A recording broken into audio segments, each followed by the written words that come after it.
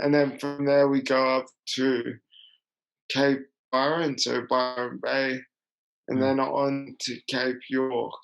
So all in all, it'll be 9,000 plus kilometers. 9,000 kilometers. So plus. It's going to take you from the left of Australia, the west of Australia, right to the right side of Australia. And then it's going to take you up to the top of Australia once you go down to the bottom of Australia. So, man, that just looks really, that doesn't look like anyone should be doing that under any circumstances. I'm looking at that map and just trying to work out how massive it is. That's like going from California right down to the bottom of the US and then up to New York. That's similar kind of route that you're taking, isn't it? This is the Recovery After Stroke podcast with Bill Gassiamis, helping you navigate recovery after stroke.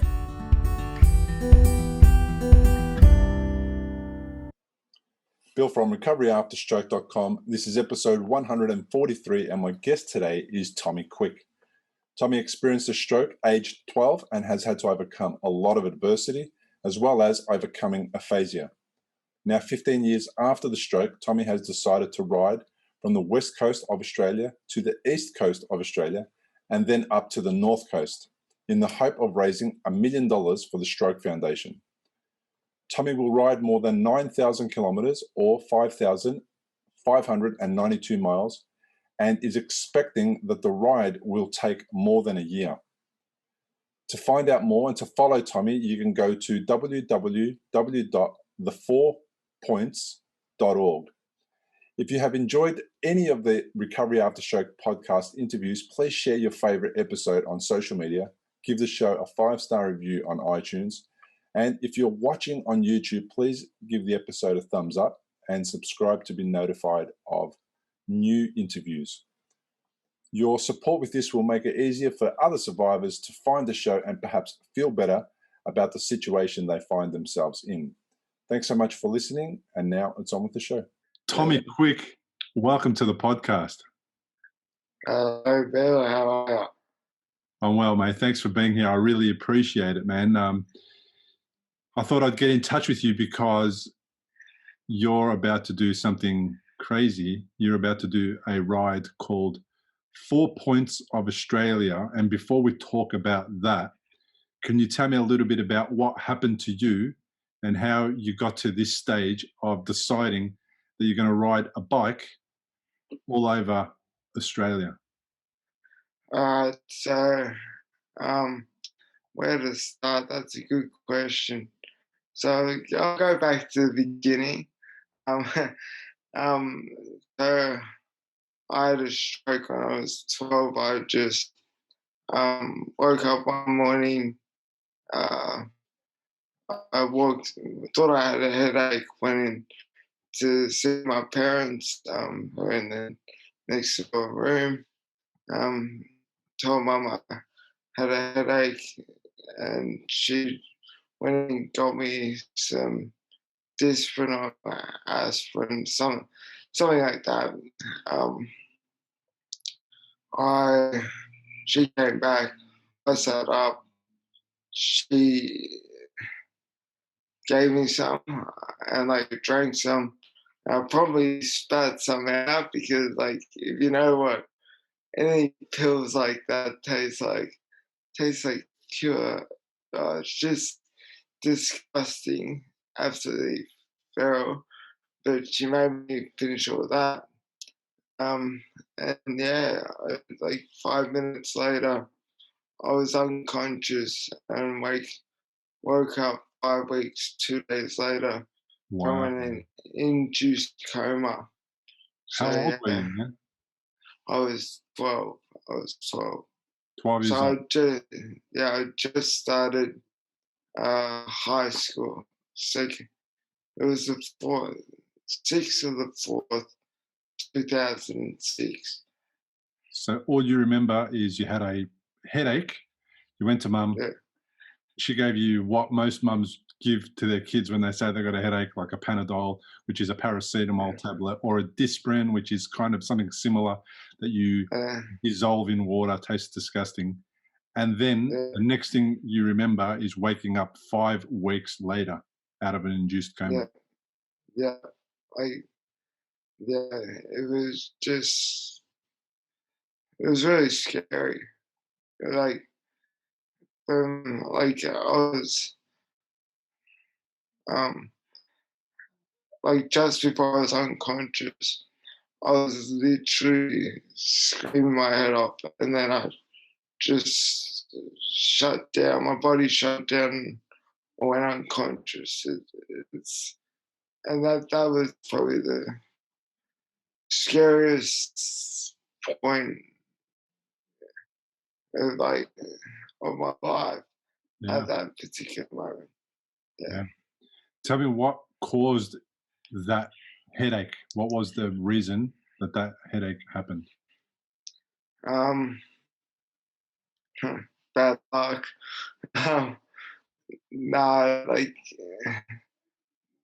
they said, the doctors said that I'd had a bleed, an AVM,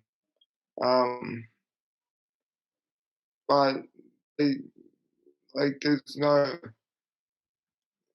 I don't know what caused it. They said it was the size we got full, the bleed, and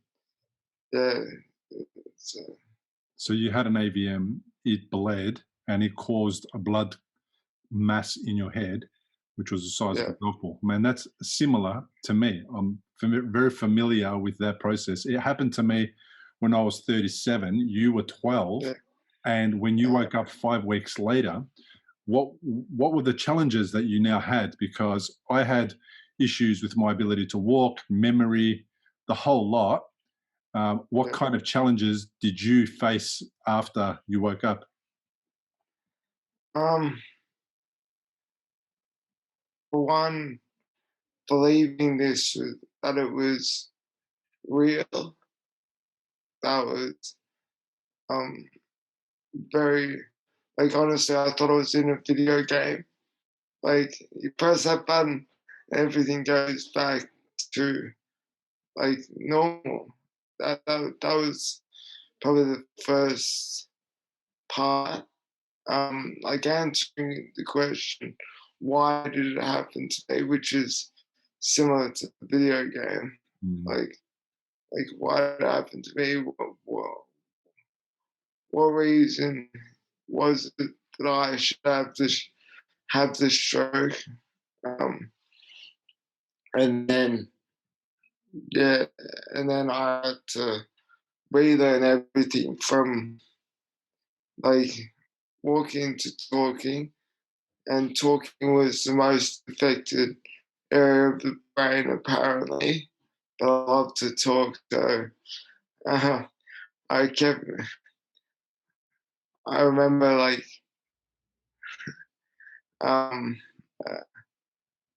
I was, so I was, I wanted to talk so bad that and I was also very negative. I would say no to everything. So the first word I really learned to say was no.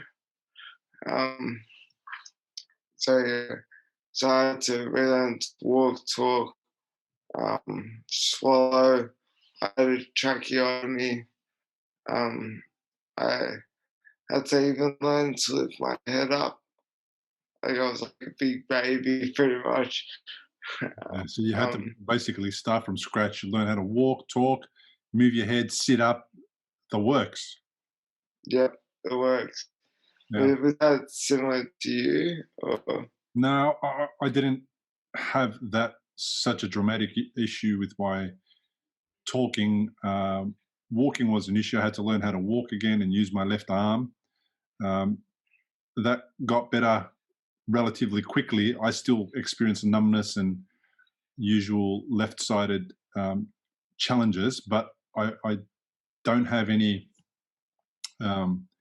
spasticity or anything like that, which is visible, which causes my leg to cramp up, which Yeah. stops me from walking. I don't have foot drop. My left arm is not closed over or anything like that. It all functions, but I do have numbness, altered sensation, different. I experience temperature differently on the left side, Yeah. and when I get tired, the left side really struggles. But nobody can see it. It's not visible to me, Yeah. to other people either, and it's a bit of an invisible issue that I have. But I had surgery as well to remove the faulty blood vessel, the AVM, to Yeah. remove that. And I see Yes. that you had surgery as well. Your surgery Yeah. was when you were 12. I now imagine after you collapsed, they took you straight into surgery and you woke up 5 weeks later in a hospital bed with your head stitched up and all Yeah. sorts of things. Yeah. So, like, mine was an induced coma. Mm. So, uh, like, the, apparently, according to my dad, there was quite some delay on the prognosis. Uh-huh. Like, they didn't know what it was, so they spent 8 to 11 hours, um, like, trying to work it out. I think. So I've never really You're not certain. asked about it, but that's what I've heard Yeah, that's from all right. my So, parents. so how hard was it going back to school? How long did it take you to go back to school? So I I was so I was in April 6th, May, second week of May. I woke up. I spent 4 months in the hospital, uh, and on the 1st of September, I went back to home, living at home. So I spent 4 or 5 months in the hospital, uh, just concentrating on rehab and stuff. And then I went back to school. I went back home September. I'm trying to remember everything. And I did one class woodwork in the last term of school, I'm pretty sure. So you were almost out of school for the entire school year. School year, and then I just picked up year 8 the next year, I'm pretty sure. But interesting enough, my school is really, really good at,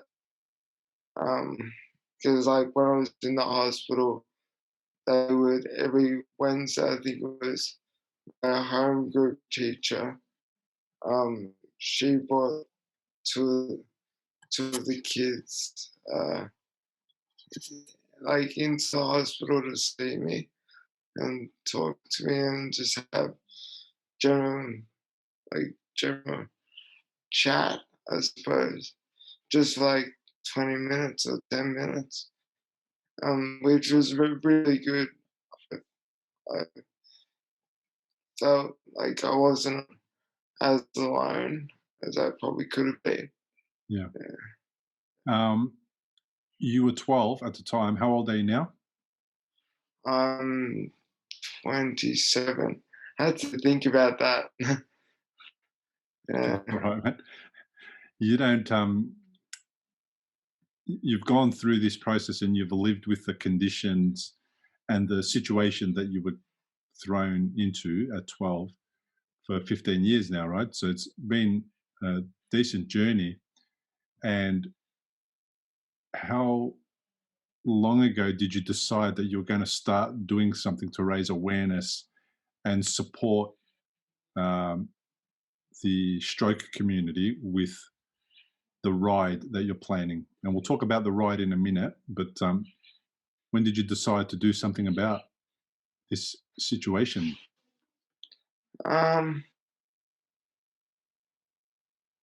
It probably starts a fair bit back. Like,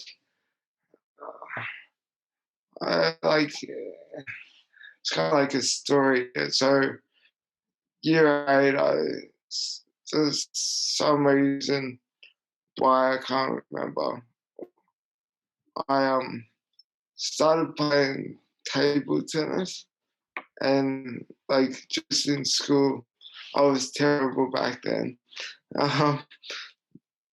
And like, because my love for the sport, sport was one of the main things in my life before, during, and after. I started playing table tennis, and like the loss of footy, cricket, was devastating. But playing table tennis kind of gave me a little bit of a drive, and then I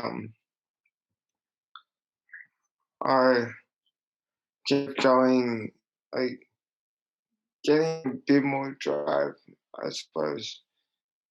And then like several things happened. I went on a DRS camp, winter camp, and that involved snowboarding, which I'd never done, but I loved the thought of it. Tried it, and I met a guy called Dan Jade, who at the end of the camp, it was a weekend long camp. He was like, I asked him, were there any more camps? And he advised me that there was camp diversity, and so I went on to that. And from there, I just kind of like kept doing the like camp diversity. I transitioned from a participant into a staff member because you got to stay up later. Yep. So I like the sound of that better. And from there, I was at one of the camps, I think it was BSK, Very Special Kids. And I was there, and I was sitting down having a yarn, and I overheard a conversation about Kokoda, the Kokoda Trail, and so I interrupted that conversation, and I sounded interested in the sound of Kokoda because I heard a bit about it, but not a lot. Yeah. The Kokoda Trail or track? What's it? It's the Kokoda Trail or? Kokoda Trail, I'm pretty sure. Yeah, and it's something that a lot of Aussies do. We go to this Kokoda Trail, which is in which country is it? It is in Papua New Guinea. It's in Papua New Guinea, and we walk the trail that the Australian soldiers would have walked when they were prisoners of war with in the Second World War under the rule of Japan, I believe it was. The prisoners of war were forced to work, and they were working in this jungle situation in the area called Kokoda. And what Aussies do to commemorate that is they go to Papua New Guinea and they do this trek. So did you end up doing the track, or is that something that you were thinking of doing? So it was a kind of a thought process, like it was the initial stages, and like there was an information night in March 2014, which I went to with the Lord Summoners Powerhouse group, and I came back and walked into my room, like the house, and told my parents I'm doing Dakota. And then 2 months later, my dad jumped on board, and we ended up it being me, my dad, my uncle Tim, and his best mate Rick, doing the Kokoda Trail. It says here, sorry to interrupt, that the Kokoda Trail takes between 4 and 12 days to walk. Yeah. How long did it take you? So, it took me 12 days to do it, and the Lord Summoners and Powerhouse group, they took 8 days. So we went ahead of them, and the plan was for them to catch up to us on the 10th day, but they never did. I beat them by 2.5 hours. It's a good effort. It's actually 96 kilometers over land. It's a decent walk. 60 kilometers in a straight line, but 96 kilometers over hills and turns and bends and all that kind of stuff. So it's that's a very decent distance. 60 miles is a pretty decent distance for anyone to do, and you managed to get through the entire 12 days. Yeah, 12 days. By the end of it, I had a poison blood blister on the ball of my foot. It was, I got that after the 6th day, and that just there were some low points and there were some high points. Yeah, but it was a great experience. So the low points are your body aches and pains, blisters, your feet being in all sorts of terrible conditions. But you got to the end of it. Is that what got you thinking about, I'm going to now do something of my own? Is that how you started to think about your 4 points of Australia trek? Which basically what you mean by the 4 points is that you're riding your bike to the most extreme 4 points of Australia, so right to the end. Is that north, south, east, or west? Which direction? So we're starting in the west at Steep Point, which is 43 k's of sand. Then it's about 90 k's of corrugation and dirt, and then it's smooth roads. And so we're riding from Steep Point to Wilson's Prom. Yeah. And Wilson's Prom, obviously, we'll go as far as my bike will allow me to go. Yeah. And then we'll classify that as the furthest point I can get to. I might walk out to the actual distant place or not. That's an added bonus if I feel up to it. If you've had a stroke and you're in recovery, you'll know what a scary and confusing time it can be. You're likely to have a lot of questions going through your mind. Like, how long will it take to recover? Will I actually recover? What things should I avoid in case I make matters worse? Doctors will explain things, but obviously you've never had a stroke before. You probably don't know what questions to ask. If this is you, you may be missing out on doing things that could help speed up your recovery. If you're finding yourself in that situation, stop worrying and head to recoveryafterstroke.com, where you can download a guide that will help you.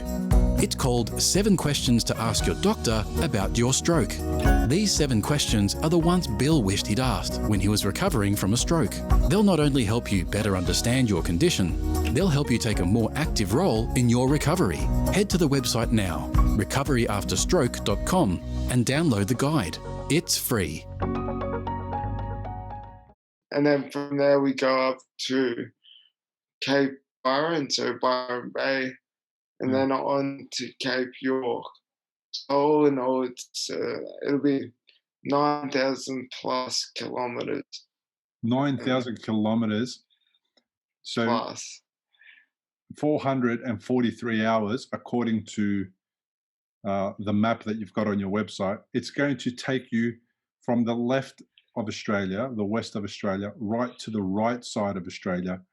And then it's going to take you up to the top of Australia once you go down to the bottom of Australia. So, man, that just looks really, that doesn't look like anyone should be doing that under any circumstances. I'm looking at that map and just trying to work out how massive it is.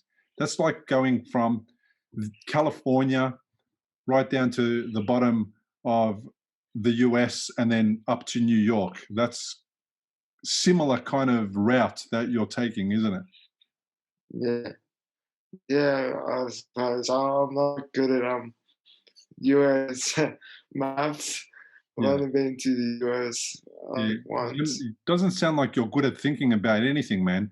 Who in their right mind comes up with this thing and says that's a good idea? Obviously, you haven't thought about it at all.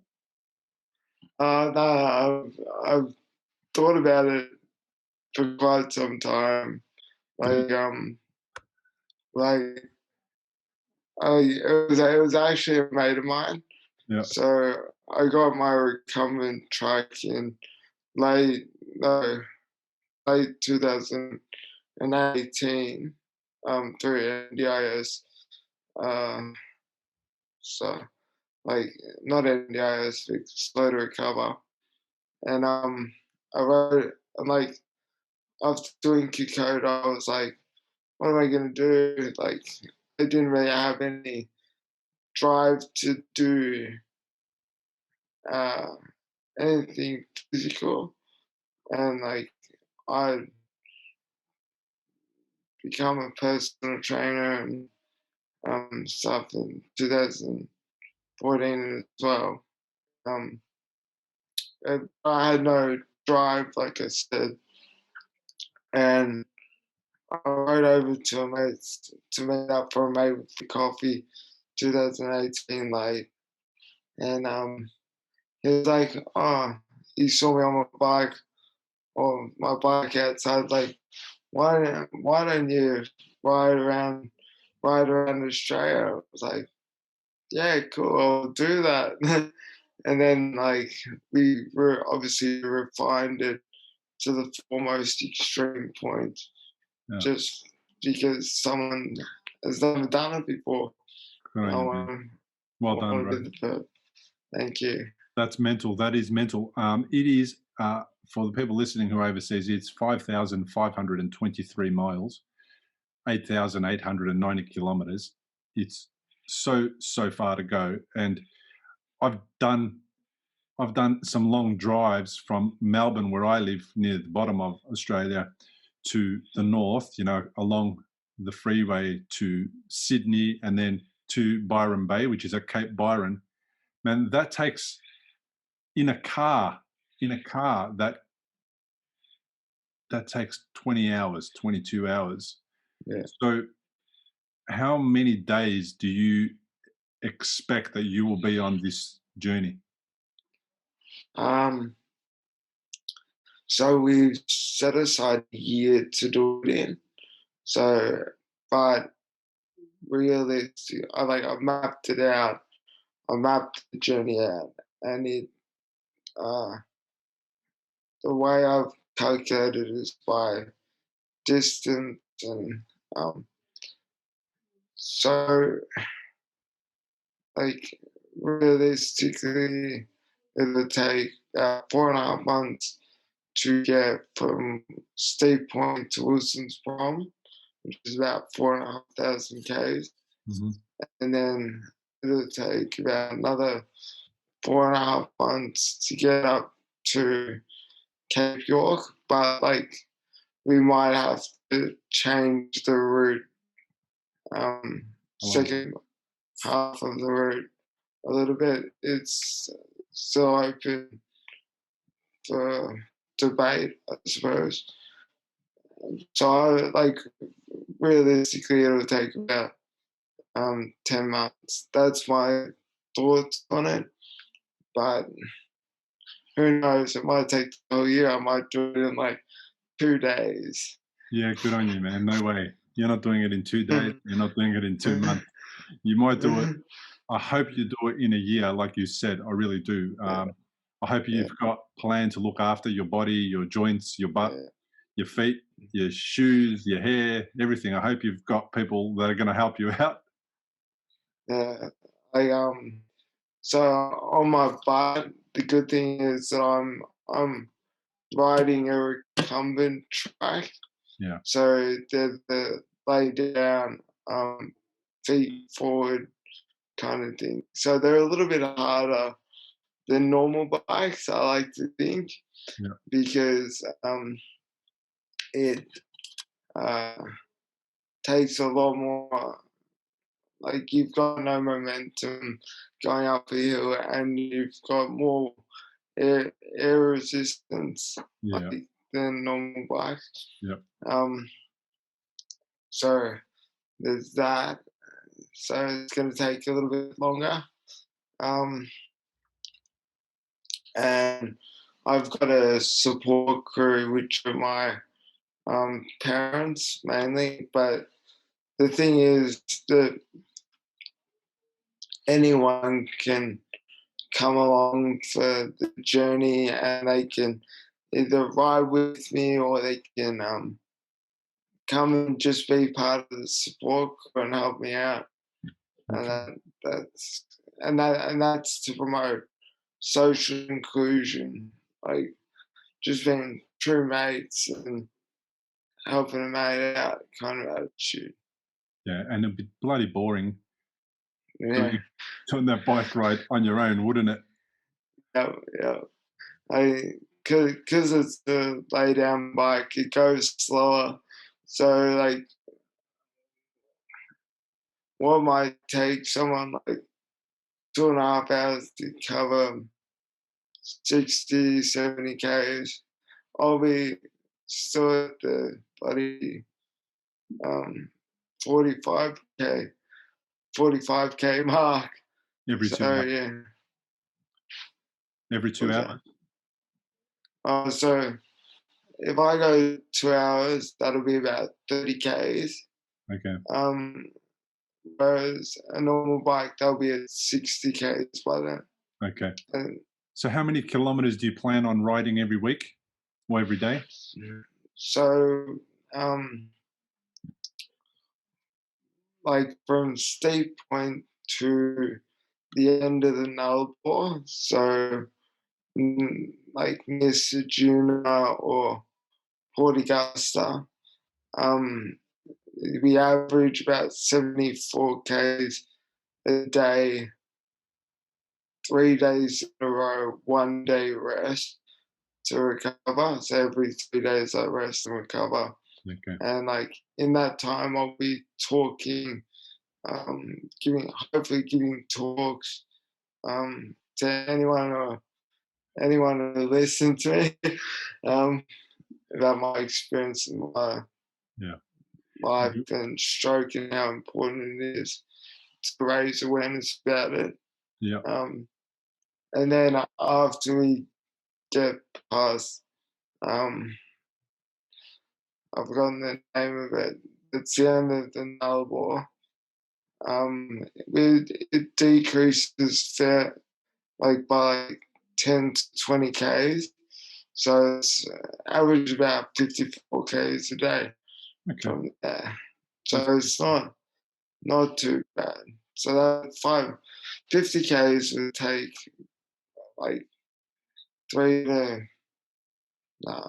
to 5 hours, depending how many hills I cover. Yeah. Yeah. Depending on the terrain. Fair enough. Yeah. So you are aiming to raise $1 million for the Stroke Foundation.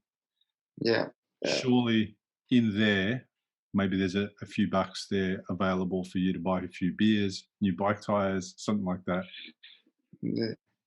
Yeah. Well, like we've got kind of two areas. So the Stroke Foundation, $1 million to raise towards research and stuff, and then we want to get sponsorship through companies, multinational corporations, whoever, local businesses, to raise a pool of money to spend on like tires, cars, camper trailers, food, fuel, and stuff. And then whatever's excess is left over, that'll go to the Stroke Foundation afterwards. Okay. So you're looking to raise $1 million. You're looking for support to get people to support the bike, spare parts, tires, food, accommodation, and you're looking for sponsors. You're looking for people to basically just get on board at any level that they can, just to help you cover the costs, and then anything left over from funding your bike ride, bike tires, chains, all that kind of stuff, anything left over then gets also forwarded over and provided to the Stroke Foundation. Yeah. And that's the Stroke Foundation in Australia. Basically, the Stroke Foundation is the main body for stroke research and prevention in Australia. Yeah. And they're a not-for-profit organisation. Yeah. And they are looking for support as well from donations from the public, and they're also looking for support from the government, where they raise a little bit of money and they provide services to stroke survivors in Australia. So it's a really good cause, and it looks like you're going to achieve a lot and do a lot, and then you're going to make a massive difference to people and their lives. And is this going to make a big difference to your life? How's it going to make you feel about the whole situation, about everything that you've been through after you've completed the ride?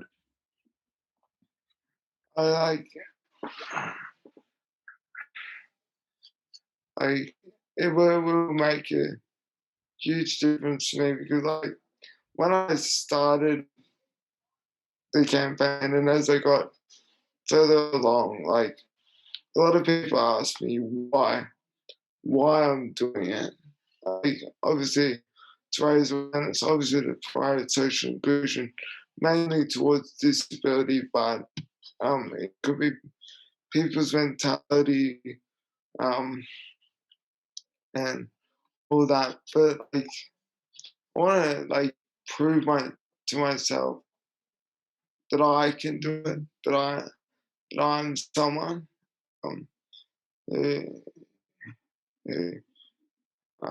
Sounds like it's a bit of a personal challenge to see what you're capable of. Yeah, that's kind of just what I was trying to say. So thank you. And to prove to other people that they can do anything that they set their mind to it as well. So it's on that personal level as well as, if a mate can do it, why can't you do it? Like kind of attitude. Yeah. If you can do it, why can't I do it? Let me tell you, man, I don't know.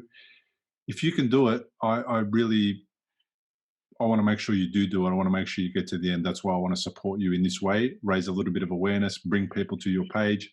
The4points.org is the website. They can donate there. They can follow your journey there. They can keep up to date with your diary and where you're at.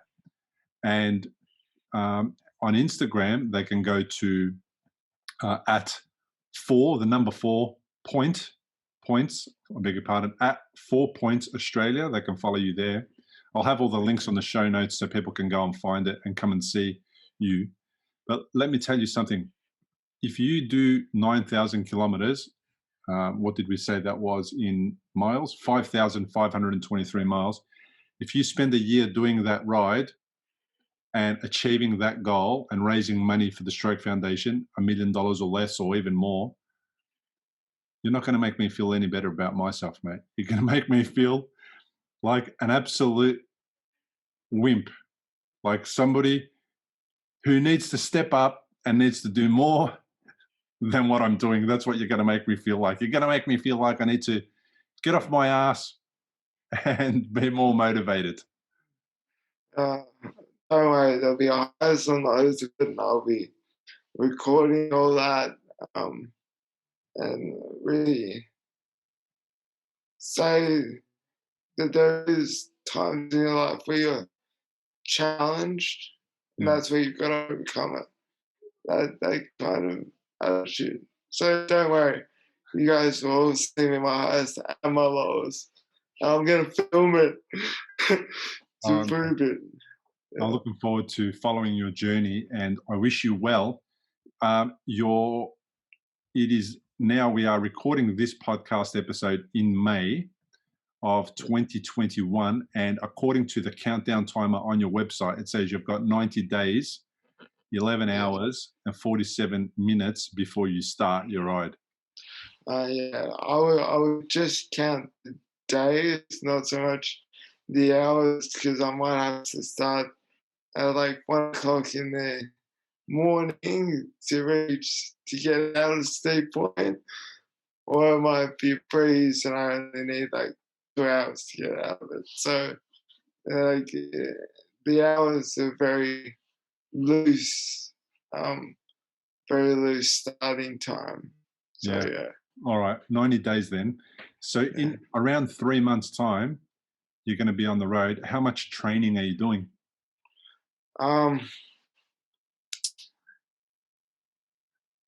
Well, I don't want to peak too early because, like, when we go, because we'll have to drive over from Melbourne, where I am, to Steep Point, and that is like 4,000 k's, and I don't want to lose any physical fitness.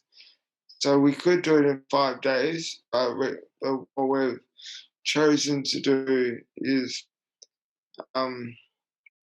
have practice runs where I will get off, like my parents will drive ahead and I'll ride like 60 k's a day until we get over to the starting line. To the starting line. Okay, so part of getting to Steep Point, which is 4,000 kilometers away from Melbourne, is you're going to include some of that time in for training. Yeah, man, that's a great idea. Yeah, but like right now, I'm training for mainly for elevation, which the past 2 weeks have been difficult, I could say, because like, so I'm just trying to think of the best way to explain it.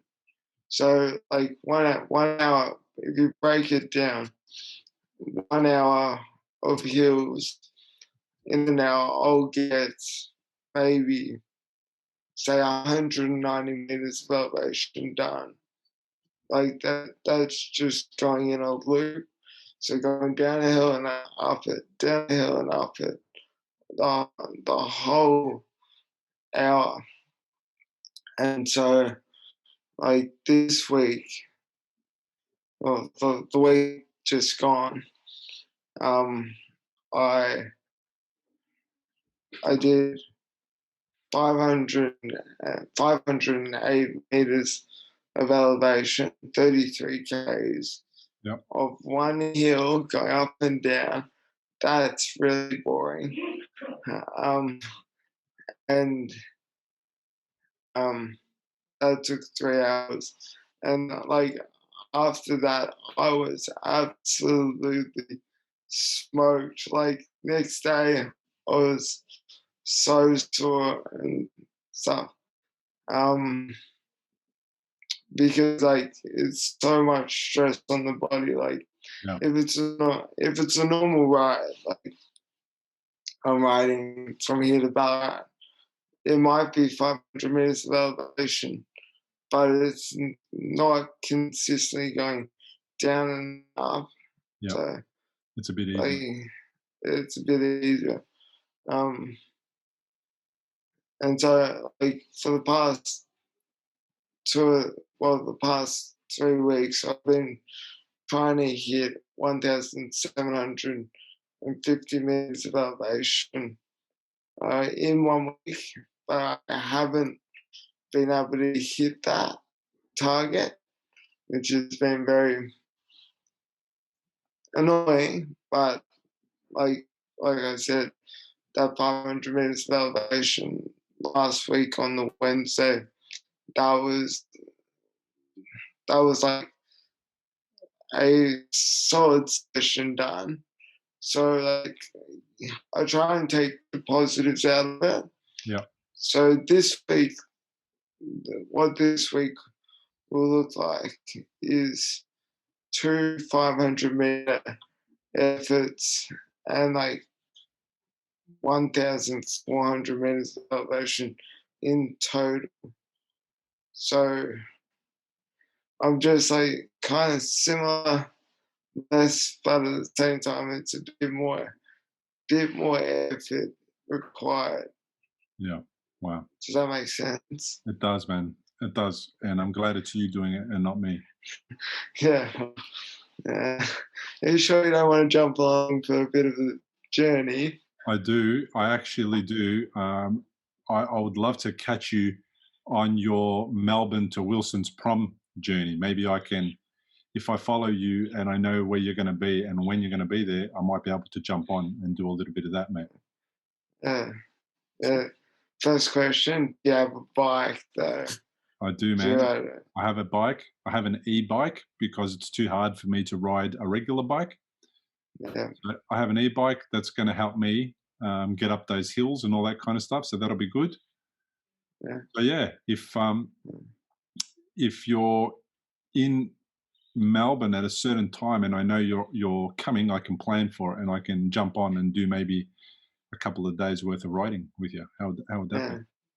That'd be excellent. That'd be fantastic. That's it. I think we get there in early November, late October, from off the top of my head. Perfect weather for it as well. Yeah, not too hot, not too cold, just right. That's it, man. I really appreciate you coming on the podcast. Congratulations on your massive tour of Australia. I hope you achieve your goals and raise money and do all the things that you want to achieve. I hope you learn a lot from it, and I know it's going to help a lot of people. So Tommy, I really appreciate it, man, what you're doing for the community, and I just wish you well, and I thank you for being on the podcast. Thank you for having me. It's great to have a chat to you. Discover how to heal your brain after stroke. Go to recoveryafterstroke.com. Importantly, we present many podcasts designed to give you an insight and understanding into the experiences of other individuals. Opinions and treatment protocols discussed during any podcast are the individual's own experience, and we do not necessarily share the same opinion, nor do we recommend any treatment protocol discussed. All content on this website and any linked blog, podcast, or video material controlled this website or content is created and produced for informational purposes only and is largely based on the personal experience of Bill Gassiamis. The content is intended to complement your medical treatment and support healing. It is not intended to be a substitute for professional medical advice and should not be relied on as health advice. The information is general and may not be suitable for your personal injuries, circumstances, or health objectives. Do not use our content as a standalone resource to diagnose, treat, cure, or prevent any disease for therapeutic purposes or as a substitute for the advice of a health professional. Never delay seeking advice or disregard the advice of a medical professional, your doctor, or your rehabilitation consultation program based on our content. If you have any questions or concerns about your health or medical condition, please seek guidance from a doctor or other medical professional. If you are experiencing a health emergency or think you might be, call 000 if in Australia, or your local emergency number immediately for emergency assistance, or go to the nearest hospital emergency department. Medical information changes constantly. While we aim to provide current, quality information in our content, we do not provide any guarantees and assume no legal liability or responsibility for the accuracy, currency, or completeness of the content. If you choose to rely on any information within our content, you do so solely at your own risk. We are careful with links we provide. However, third-party links from our website are followed at your own risk, and we are not responsible for any information you find there.